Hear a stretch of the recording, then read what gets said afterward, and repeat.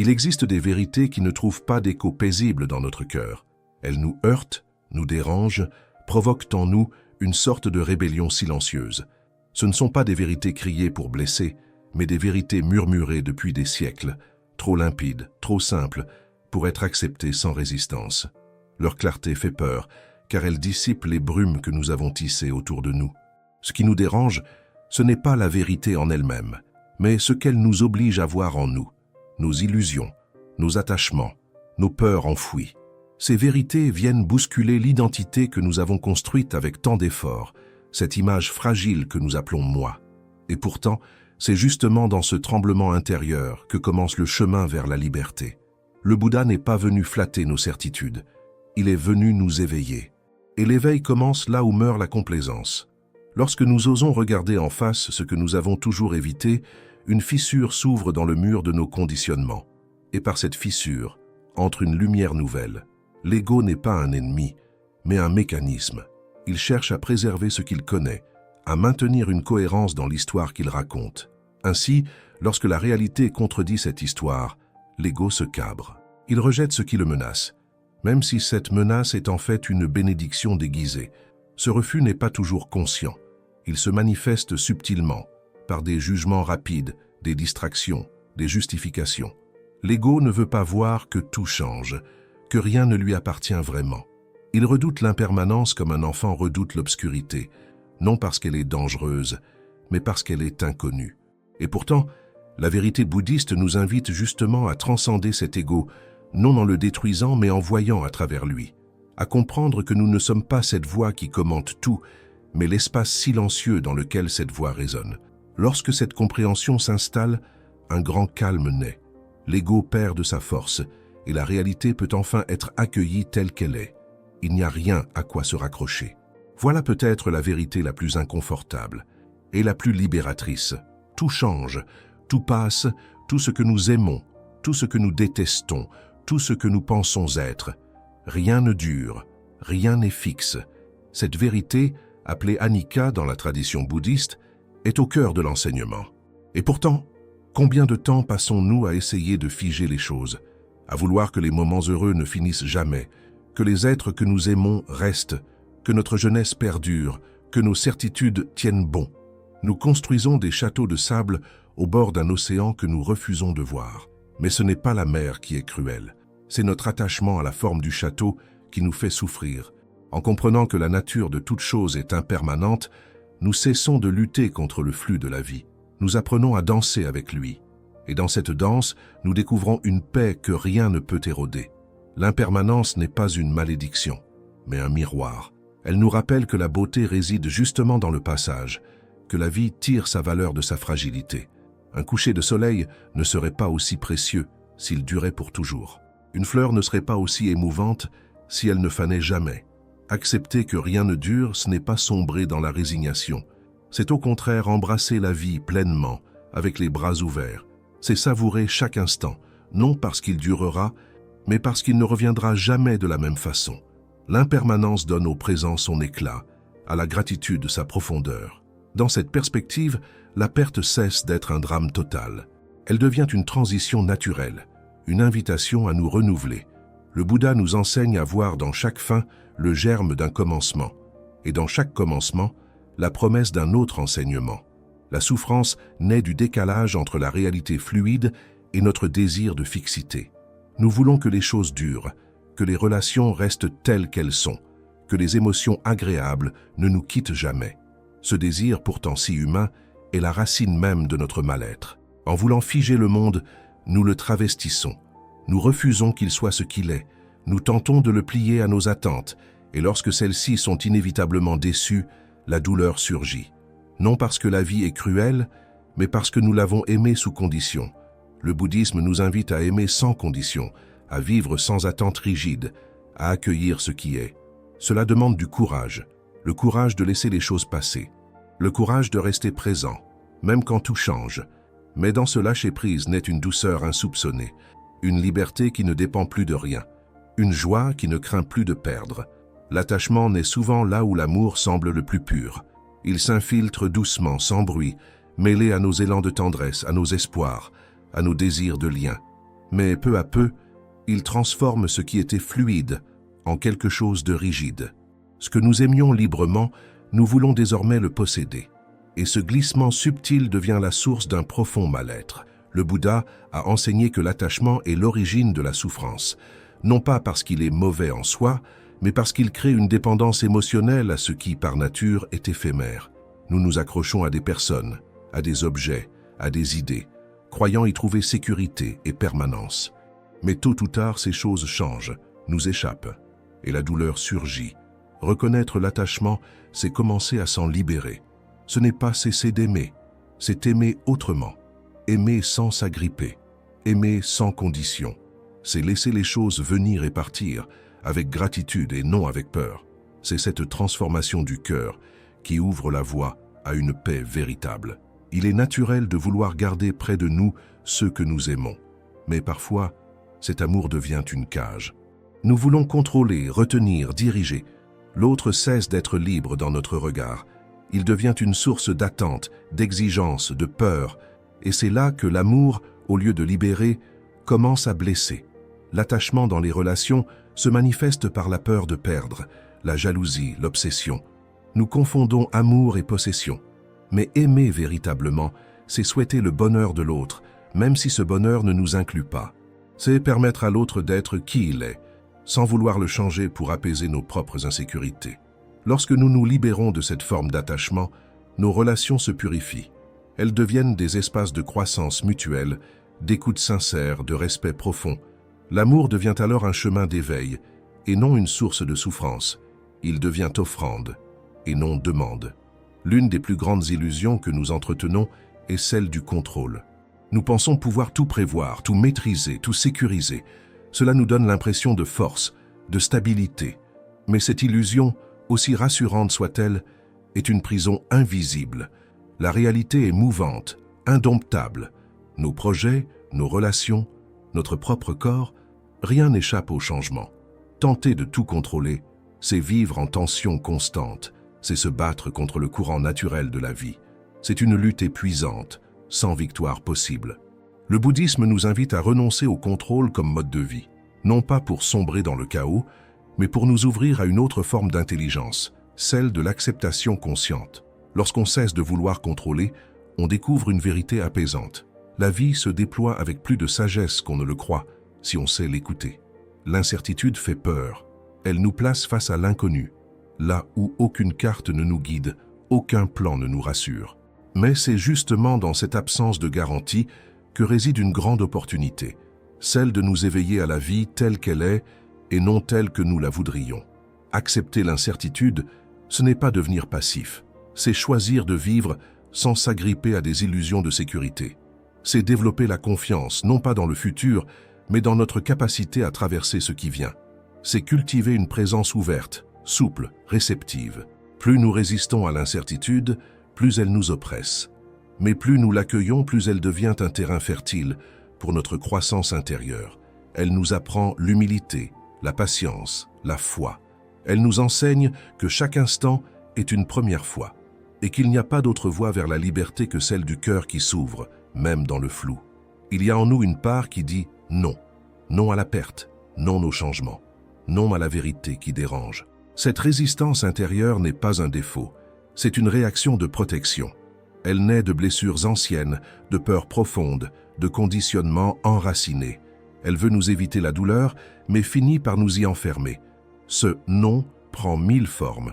Doute, cynisme, fuite, colère, paralysie. Il bloque notre élan vital. Il nous coupe de ce que la vie cherche à nous offrir. Mais ce non n'a pas besoin d'être combattu. Il a besoin d'être écouté, compris, accueilli avec tendresse. Car derrière chaque résistance, il y a une souffrance qui demande à être vue. Et derrière cette souffrance, une vérité qui cherche à émerger. Lorsque nous cessons de juger notre résistance, elle se transforme. Elle devient un passage, un pont fragile entre l'ancien et le nouveau. Et c'est en traversant ce pont que commence la vraie transformation. Transformer la résistance ne signifie pas l'éliminer, mais l'écouter jusqu'à ce qu'elle se dissolve d'elle-même. C'est un travail d'attention douce, de patience profonde. Chaque fois que notre cœur se ferme, il nous signale une frontière intérieure, un lieu qui demande à être visité avec compassion. Nous avons été conditionnés à fuir ce qui nous fait peur, à ériger des murs autour de nos blessures. Mais ce que le bouddhisme nous enseigne, c'est que derrière chaque fermeture se cache un appel à l'éveil, une invitation à élargir notre conscience, à embrasser ce que nous avions exclu. Lorsque nous accueillons la résistance sans jugement, elle devient malléable. Comme la glace qui fond sous le soleil, nos défenses se relâchent sous la chaleur de notre présence. Et dans cette ouverture nouvelle, une énergie vivante circule, celle de la transformation, du pardon, de la sagesse. Lâcher prise n'est pas renoncer à vivre, ni baisser les bras. C'est cesser de serrer. C'est relâcher cette tension intérieure qui nous pousse à vouloir que tout se passe selon nos désirs. C'est permettre à la vie d'être ce qu'elle est, même si cela va à l'encontre de nos préférences. Dans la tradition bouddhiste, le lâcher-prise, Vosagga, est un acte de libération. Ce n'est pas passivité, mais sagesse. Ce n'est pas indifférence, mais paix. Lâcher prise, c'est avoir suffisamment confiance pour ne plus tout contrôler. C'est faire le choix conscient de poser le fardeau, de ne plus alimenter ce qui nous retient. Ce geste intérieur n'est pas toujours instantané. Il se cultive dans la méditation, dans l'observation attentive de nos attachements. Petit à petit, on apprend à reconnaître ce qui nous pèse et à le laisser partir. Et à chaque pas dans cette direction, le cœur devient plus léger, plus vaste, plus libre. L'un des malentendus les plus fréquents est de confondre lâcher prise avec abandon. Mais il y a une différence subtile et essentielle. Abandonner, c'est se détourner, fuir, renoncer par fatigue ou désespoir. Lâcher prise, au contraire, c'est rester pleinement présent, mais sans attachement. Il est possible d'agir, de s'engager, de se donner avec tout son cœur, tout en lâchant prise sur le résultat. Il est possible d'aimer sans posséder, de rêver sans s'accrocher, de pleurer sans se perdre. Le lâcher-prise n'éteint pas la flamme en nous, il lui donne un espace plus pur pour brûler. Quand on cesse de confondre contrôle et engagement, une nouvelle clarté apparaît. Nous pouvons alors marcher avec détermination, mais avec souplesse, avancer, mais en paix. Et c'est souvent lorsque nous cessons de forcer que les choses commencent à se placer d'elles-mêmes. Nous avons été élevés à croire que la paix se gagne, qu'elle est le fruit d'une conquête, d'une victoire sur l'extérieur ou sur nous-mêmes. Mais la paix véritable ne se trouve pas au bout d'un combat. Elle naît d'un basculement intérieur, celui de l'acceptation. Accepter ne veut pas dire tout approuver. Cela signifie reconnaître ce qui est, sans résistance inutile. C'est cesser de se battre contre ce qui ne peut être changé et tourner notre énergie vers ce qui peut l'être, notre regard, notre réponse, notre posture intérieure. Lorsque l'on cesse de lutter contre la vie, elle devient plus douce. Même au milieu des difficultés, il est possible de ressentir une paix profonde, silencieuse, indestructible. Cette paix n'est pas le fruit des circonstances, mais de notre relation avec elles. Et c'est dans cette paix-là que notre cœur commence vraiment à guérir. Il y aura toujours des pertes, des séparations, des moments de chaos. C'est la condition humaine. La douleur fait partie de la vie, comme la nuit fait partie du jour. Mais la souffrance, elle, naît de la façon dont nous résistons à cette douleur, de l'histoire que nous tissons autour d'elle. Le Bouddha a comparé cela à une flèche. Être touché par une flèche, la douleur, est inévitable. Mais se tirer une deuxième flèche, la souffrance mentale, est un choix inconscient.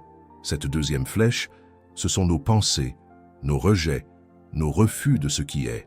En apprenant à accueillir la douleur avec présence, sans rajouter de peur ou de lutte, nous découvrons une autre manière d'être, plus douce, plus vraie. Nous comprenons que derrière chaque douleur se cache une leçon, et qu'en cessant de fuir cette leçon, nous cessons aussi de souffrir inutilement. Le silence n'est pas vide. Il est plein, plein de vérités que le bruit du monde étouffe. Dans le silence, nous ne pouvons plus fuir vers l'extérieur. Il nous ramène inévitablement à nous-mêmes. Et c'est dans ce retour que beaucoup découvrent pour la première fois ce qu'ils portent réellement au fond du cœur. Assis dans la quiétude, sans distraction, surgissent des émotions enfouies, des pensées oubliées, des blessures anciennes. Cela peut être déstabilisant, mais aussi profondément libérateur. Car ce que nous voyons enfin, nous pouvons commencer à guérir. Et ce que nous comprenons vraiment cesse de nous diriger inconsciemment.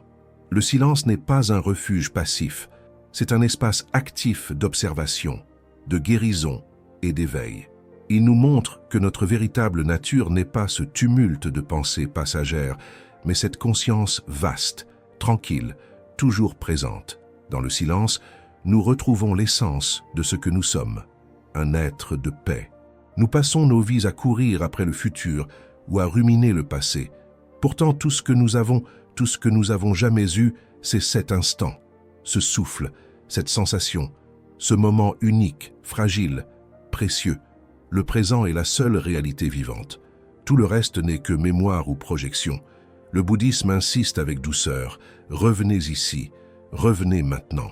Car c'est seulement ici que la transformation est possible.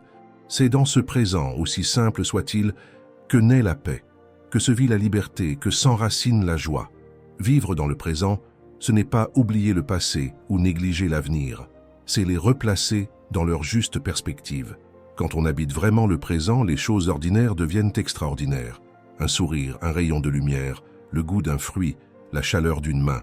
Tout devient méditation. Et dans cette attention totale, la vie cesse d'être un problème à résoudre. Elle devient une expérience à savourer. La méditation n'est pas une fuite du réel, mais un face-à-face. C'est s'asseoir en silence et regarder. Regarder sans fuir, sans juger, sans embellir. Elle nous ramène à la vérité de notre expérience directe, sans le filtre des croyances ni le voile des habitudes. Lorsque nous méditons, les masques tombent. Nos pensées tournent, nos émotions montent. Et nous voyons à quel point nous étions identifiés à tout cela. Mais plus nous observons avec calme, plus une distance bienveillante s'installe. Nous comprenons que nous ne sommes pas ces pensées, ni ces peurs, ni même ces blessures. Nous sommes la conscience qui en est témoin. C'est dans cette reconnaissance que la méditation devient un chemin de vérité. Elle ne nous promet pas des miracles spectaculaires. Elle nous offre mieux, une lucidité douce, une stabilité intérieure, un espace sûr pour accueillir ce qui est. Et peu à peu, la vérité que notre cœur refusait devient la lumière qui nous guide.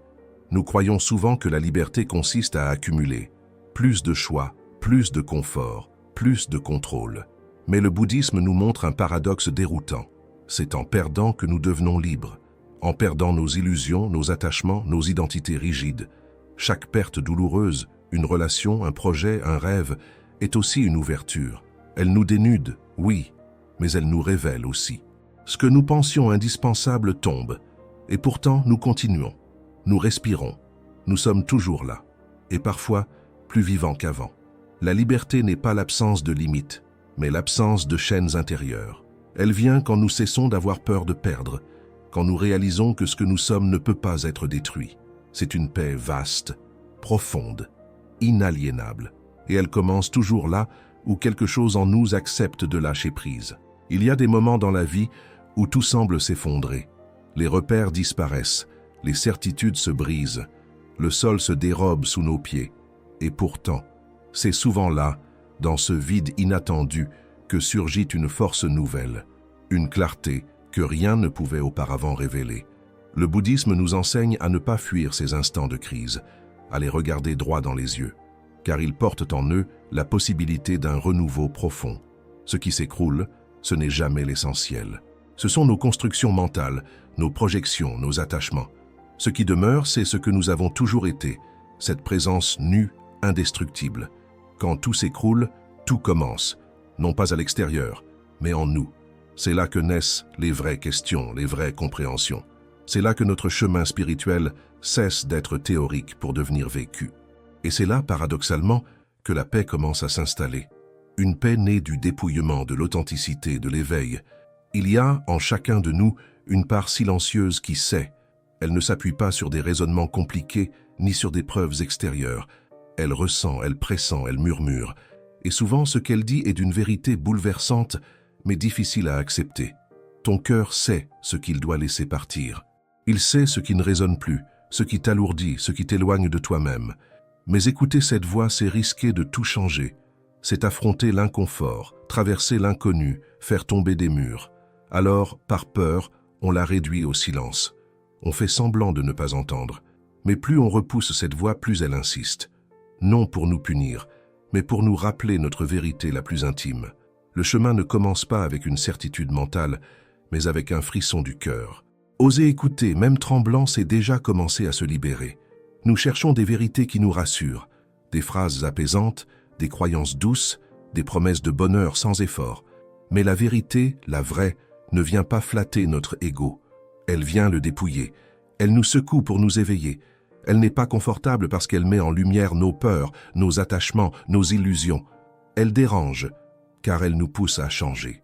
Mais c'est précisément pour cela qu'elle libère, car elle nous arrache aux chaînes que nous ne voyons même plus. Elle nous rend responsables, pleinement, de notre propre vie. Accepter la vérité, c'est mourir à certaines parties de soi. Mais c'est aussi naître à une vie plus vaste, plus alignée, plus authentique. La vérité n'est pas douce, mais elle est pure. Et c'est cette pureté qui nous rend à nous-mêmes. Il y a ceux qui ont tout perdu et qui témoignent aujourd'hui d'une paix qu'ils ne connaissaient pas auparavant. Ceux qui ont touché le fond et qui, dans ce silence profond, ont découvert une lumière intérieure. Leur regard a changé. Leur façon d'aimer, de vivre, de respirer s'est transformée. Ils racontent comment la vérité les a d'abord effrayés, comment elle a tout ébranlé, leurs croyances, leurs relations, leur identité. Mais avec le temps, cette vérité s'est révélée être une bénédiction déguisée. Elle a détruit ce qui n'était pas eux. Et dans cet espace nettoyé, quelque chose de vrai a pu enfin émerger. Leur histoire n'est pas exceptionnelle. Elle est universelle. Elle est la preuve vivante que la vérité, même rude, porte en elle une promesse, celle de nous reconnecter à ce que nous sommes profondément. Et cette transformation est à la portée de chacun, dès l'instant où l'on cesse de fuir. Et si juste un instant tu t'arrêtais, si tu cessais de courir, de remplir, de vouloir à tout prix éviter ce qui fait mal, et si tu acceptais de rester là, en silence, face à ce que tu ressens vraiment, tu découvrirais peut-être que la peur est moins grande que ce que tu imaginais, que la douleur, une fois regardée, se transforme, que ton cœur est plus fort que tu ne le crois. Fuir, c'est naturel. Nous avons tous appris à le faire. Mais fuir sans fin, c'est se couper de soi. C'est repousser l'instant où l'on se retrouve, nu, vrai, entier. Ce moment peut faire peur, il peut faire mal, mais il est aussi le seuil d'un renouveau profond. Et si tu cessais de fuir, tu te donnerais enfin une chance de guérir, d'évoluer, de t'ouvrir, une chance de cesser de survivre, pour commencer à vivre. Ce chemin n'est pas toujours facile. Il demande du courage, de l'honnêteté, de la patience. Mais à chaque pas, quelque chose en toi se libère. Le cœur devient plus paisible, le regard plus clair, le silence plus habité. Et peu à peu, tu reviens à l'essentiel. Une vie plus légère ne signifie pas une vie sans douleur. Cela veut dire une vie où l'on ne porte plus ce qui ne nous appartient pas, où l'on ne s'accroche plus à ce qui doit partir. Une vie plus vraie, car alignée avec notre cœur et non dictée par la peur.